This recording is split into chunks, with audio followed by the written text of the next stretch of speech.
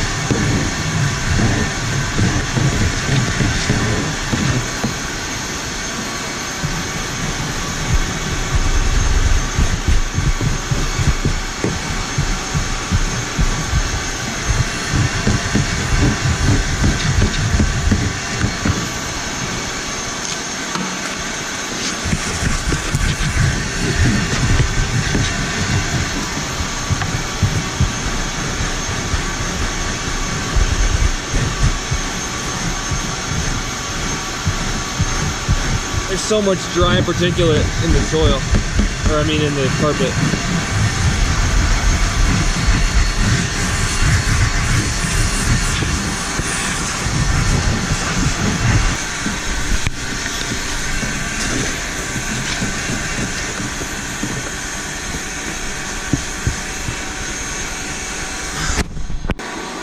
All right, more vacuuming. I don't mind doing a lot of vacuuming. It makes the job easier once you've got all the dry soil, but this does take longer than you'd think it would.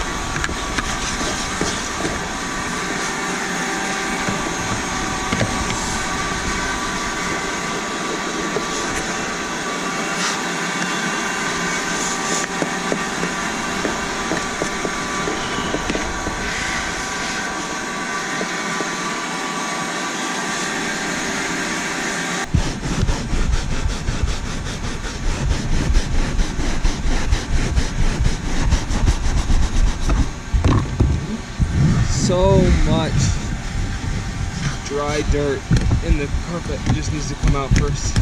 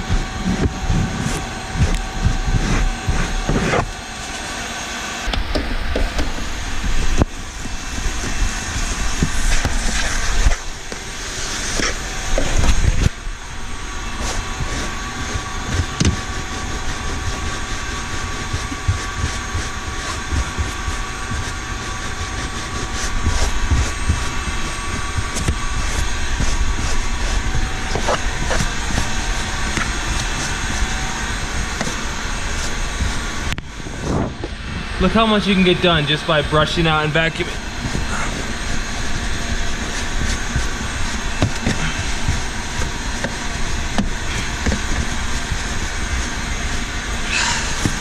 So I've just mixed my encapsulation again. This is encapsulation where it is going to create some polymers and break the dirt off from the fiber, coat the fiber, and then when it gets dry, you just vacuum it up. So you don't need to do hot water extraction.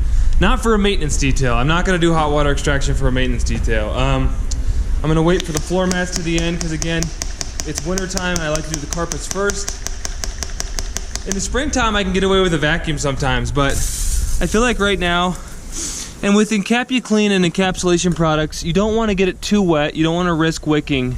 You just want to coat all the fibers. But there is a lot of dirt here, so I'm going to overdo it because I always do. And after you spray it, so encapsulation can be used as a pre-spray before you extract as well, but I like it a lot as kind of a one-step product. And I'm probably getting this way too wet. I'm gonna need my air movers for sure in here. Again, hot water extraction is usually the best way to do a deep clean, but we just have to be realistic here on a maintenance detail of like, if I bring the hot water extractor out, that's a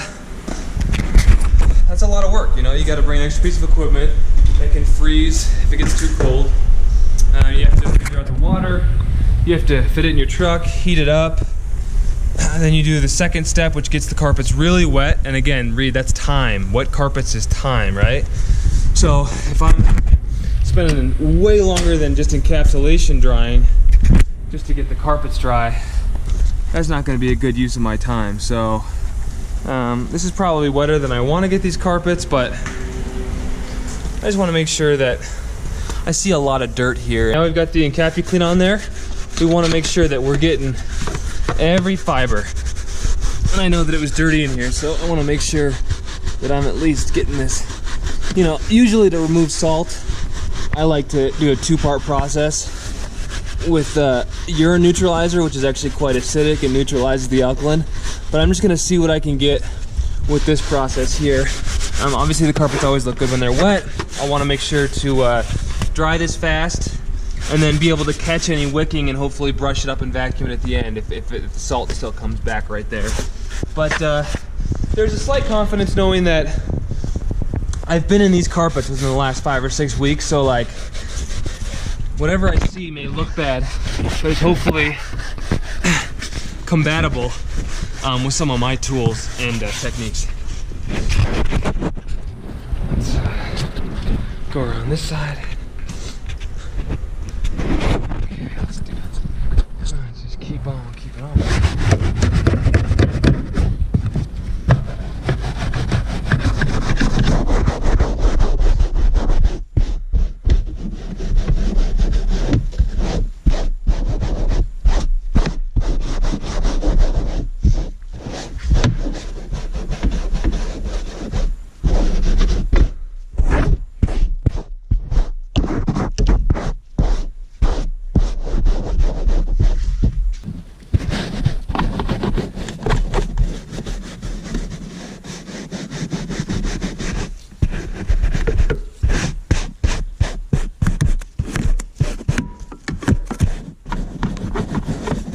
Again, I like the feeling of I'm touching every fiber here. We want the encapsulation to coat the fibers, and then you just want to let it dry so that you can vacuum up the stuff as it separates from the fibers that's left in the carpet, and hopefully give the carpets a nice, good clean too. All right. Yeah, I imagine we're gonna have to vacuum up a lot of gunk out of this even when the end cap dries, and that's okay. These carpets just had a lot of dry nastiness in them. Nothing super stainy, but kind of that white chalky salt look.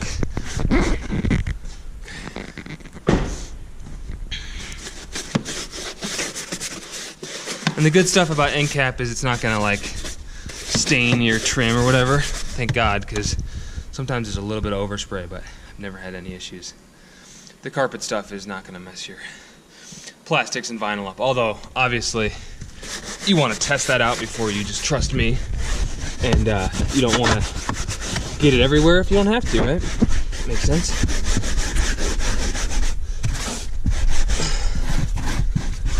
Down. Hope it's not too much saturation, but I do want to make sure the end cap has a chance to do something. Okay. You gotta at least give the chemicals a chance to work.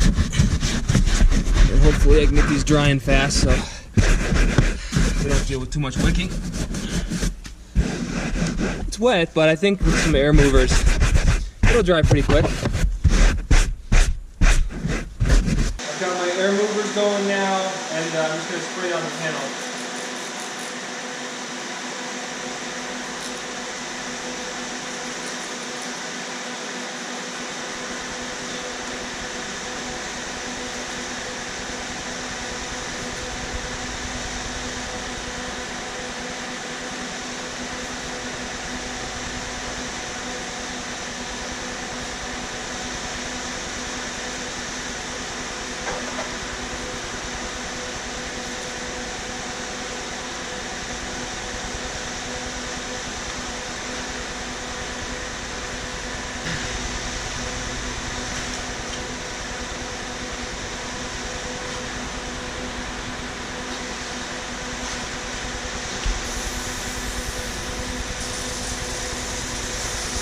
My compressor's kind of been iffy on me this winter. It doesn't like to work in the cold, so I kind of have been using my steamer.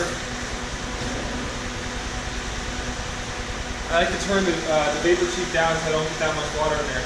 I've been using my steamer to get stuff out of nooks and crannies. I prefer compressed air here. I love working dry, but the steamer is actually a more effective cleaner. So customers are getting, like, even on a maintenance detail, pretty awesome service. I'm steaming out all these nooks and crannies, right? So the problem with my maintenance details and why I don't think they're as profitable they should be is because I just give too much away. Like, I'm trying to keep your vehicle as close to, you know, detailed perfection as I can. That's why I like to keep up on them, and the idea is that it would be less work, but I still touch every surface, you know? This is how I'm wired. Like, I want my customers to feel like they're getting an amazing value by hiring me, and I just let it take me away sometimes. You want to be careful with seats. Like, get an all-purpose cleaner. It spends too much time on the leather here. You're gonna have to deal with some streaking. You know, a way you can get the streaking out is a magic eraser, but then you're damaging the coating of the leather. And not because you had to get out some stain that the customer had, because you let your all-purpose cleaner streak. So that's kind of your fault. So there are times when the magic eraser makes a ton of sense.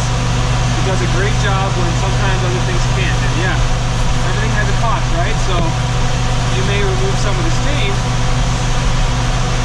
with the magic eraser. You also remove some of the coating on the leather, but like, everything's sort of a compromise. There's an inherent risk in a lot of what we do as detailers. I think that's why not only is it a lot of work to detail, but it's very intimidating, cars are very expensive. So there is a lot of risk in what we do, and so you're always kind of walking that line of, okay, how much do I want to go after this particular thing? If it's resisting you, how far do you go? It's almost like wet sanding on a car's paint. You have to decide when you're going to stop, because if you try to be a hero and you go too far, it's irrevocable. Like, you can't take it back. According to the clear coater, you mess up with leather. So that's why you want to be careful with. And I wouldn't recommend using this on leather. I use the triangle tool. But again, I don't have compressed air today, so I'm keeping it really far away. My steam is not on full right now. For the interior, I'm just trying to do wet moisture. But the amount of pressure this has, the ability to get into some crannies, I think, to clean in a really thorough way. So, you know, in the right hands, a steamer can do great things for you, no doubt about it.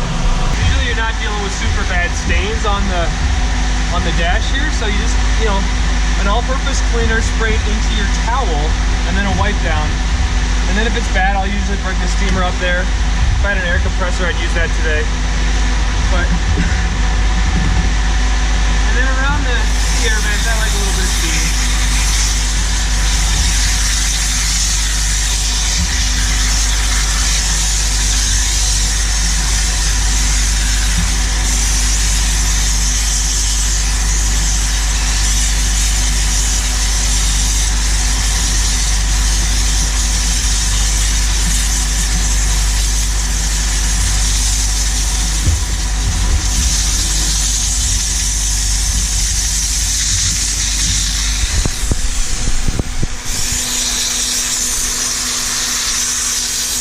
Again, first preference here would be compressed air, but used carefully, the steam can achieve pretty miraculous things. Obviously, you want to be extremely careful of electronics.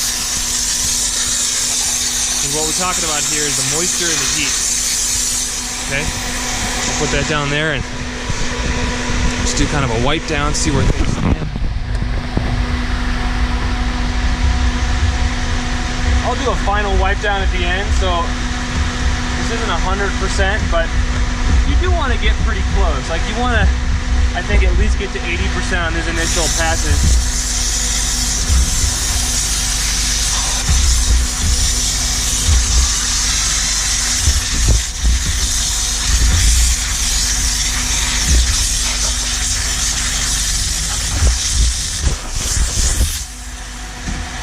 Obviously, this is pretty dirty.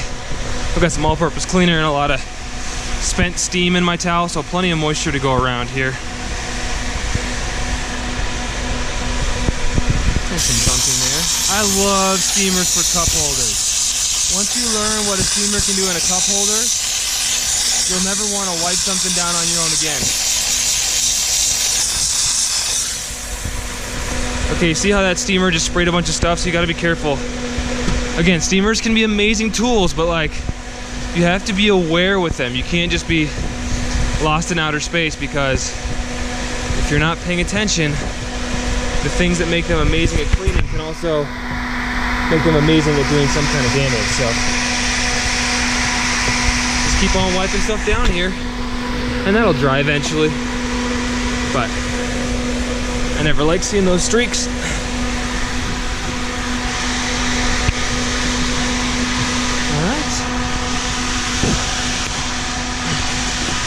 This whole area cleaned up nicely, but you see how that's already drying back kind of white?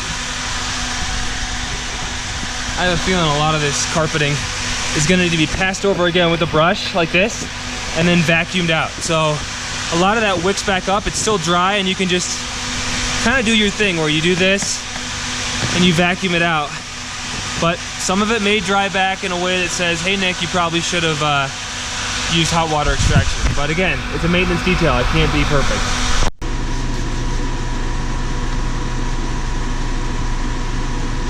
I like to go bottom to top,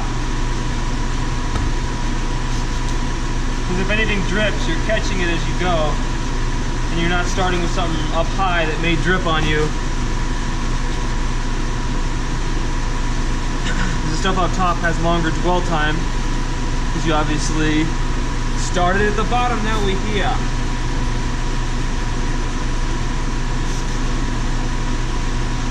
And again, this is that all-purpose cleaner, rinseless wash mixture that tends to leave the plastics a little bit darker. I'm not using Wipeout and F-Bomb today, so I don't think it does as good of a job. I'm using a couple of products that actually Jimbo Balaam recommended from Proje, P-R-O-J-E. They're all-purpose cleaner and they're waterless wash, which they seem a lot like F-Bomb and Wipeout, to be honest with you. Let me show them to you. Got the all-in-one cleaner here. Slightly different odor than F-Bomb, but kind of foams. And you've got this waterless wash, which I don't know if you can see the blue on there, but that's definitely like, that's blue. It looks a lot like Wipeout, but it smells like bubblegum, so I like it. I think I got like a 20% off discount. I'll probably go back to Wipeout and F-Bomb and then kind of compare them. But yeah, I think it does almost what my 3 ounces of F-bomb and 2 ounces of Wipeout in a bottle do, which is like cleans and also leaves a nice dark finish. I think the Wipeout may be a little better at the dark finish, but I've got the product. I got a good deal on it. I'm using it. I'm testing it. It's kind of fun. It makes detailing fun to always be testing out new concoctions, being creative, having different variables.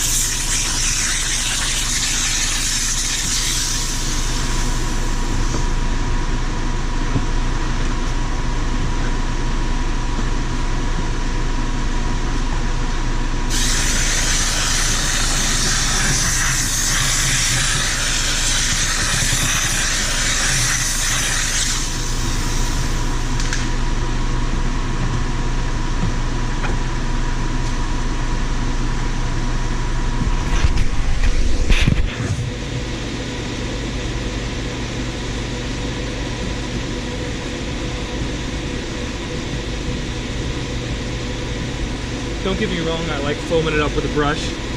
It's kind of fun. But I hate cleaning the backs of seats, man. I just think it's annoying. So I just try to get it done as fast as I can.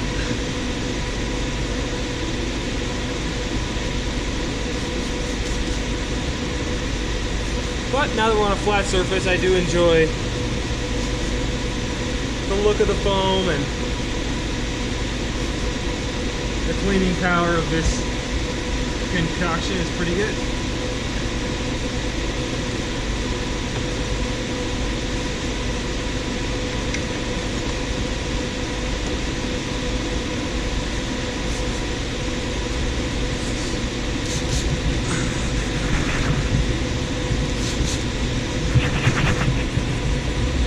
If you were in direct sunlight, I would definitely not work in such a big area. Like, I'm covering a lot of ground because I think I can keep up with this all-purpose cleaner before it dries up or anything.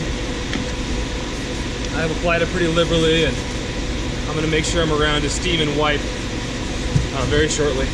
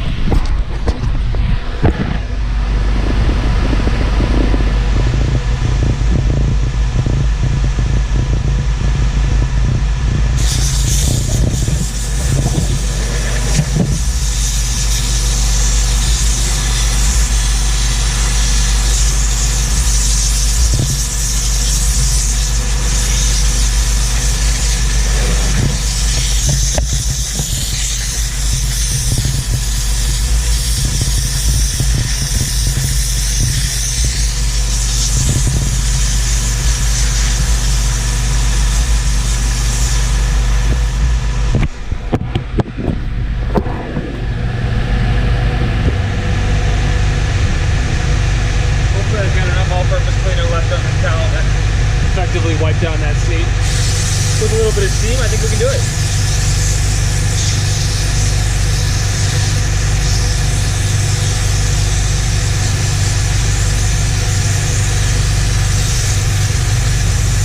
And you have to decide if, especially on a maintenance deal, you want to go into like the notes of the leather, like the crannies.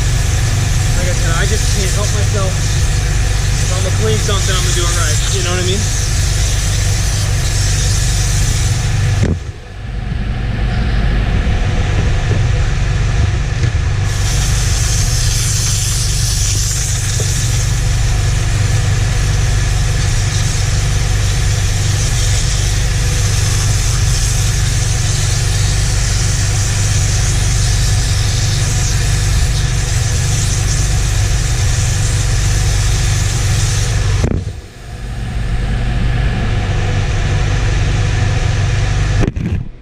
Show you. You see, like right here, right there. If I was doing a full detail, I'd probably go for all these perforated leather dots. You know, the dirt that's stuck in there. I'm gonna make a decision in the moment today whether I go after these or if I just say it's a maintenance detail. I don't have time.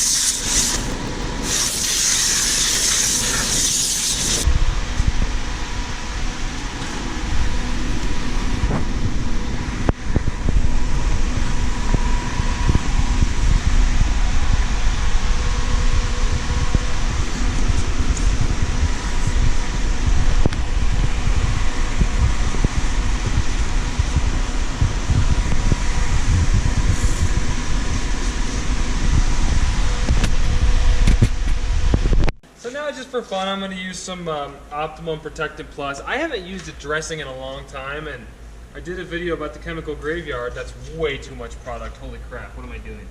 I did a video about the chemical graveyard and, you know, products I no longer use, and it made me realize, like, I've got these sitting in my, God, this is way too much product. I've got these sitting in my garage, like, let's just kind of see how they go. So, I like Protectant Plus. It has a nice smell to it. I had one customer once who was like, I just kind of prefer the matte look, and that kind of like shook my confidence of, well, should I be putting, you know, Protectant on leather and vinyl? And I don't know the answer to that question. Usually I don't. I offer it in my third tier package as, like, you know, leather protectant, vinyl protectant, but no one's ever purchased that highest end package for my interiors. Usually they'll go for the middle one, if they want a full interior. So I would say that I just sort of like dress the plastics when I feel like it. So I think it looks nice. I think it adds a nice rich look to it. It's not too greasy like Chemical Guy's VRP is. Yeah, I don't know why I haven't used this product in a while. It is quite nice. It's got that nice leather smell to it. And leather always looks nice when you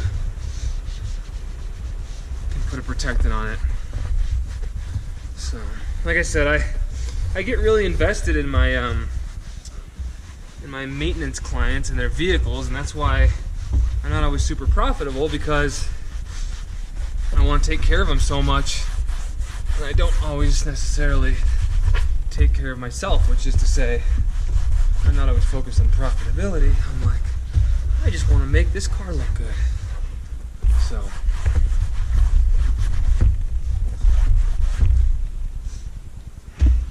yeah, but I would say never hurts to like buff down a protectant pretty thoroughly, because then at least you're not going to get it too greasy looking. Now it's time for what I like to call my famous window method. It's not famous. It's not even mine. I don't really know what it is, but I have a system that works really well for me. I've done a video on this, but why not show you again? So I've got my rinseless wash on a magic eraser.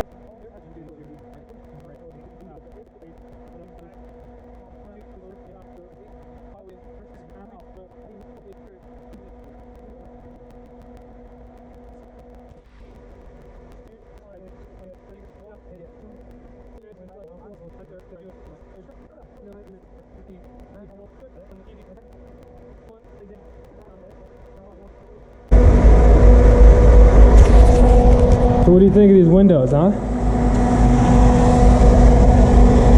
Looks pretty streak-free to me.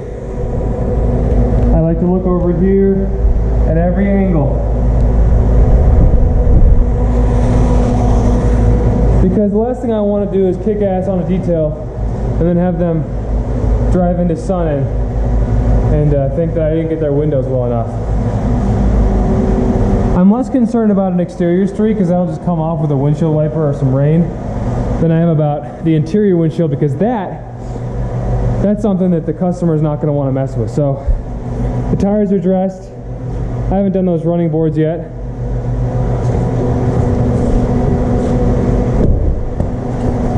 So pretend those running boards aren't there, because those are ugly.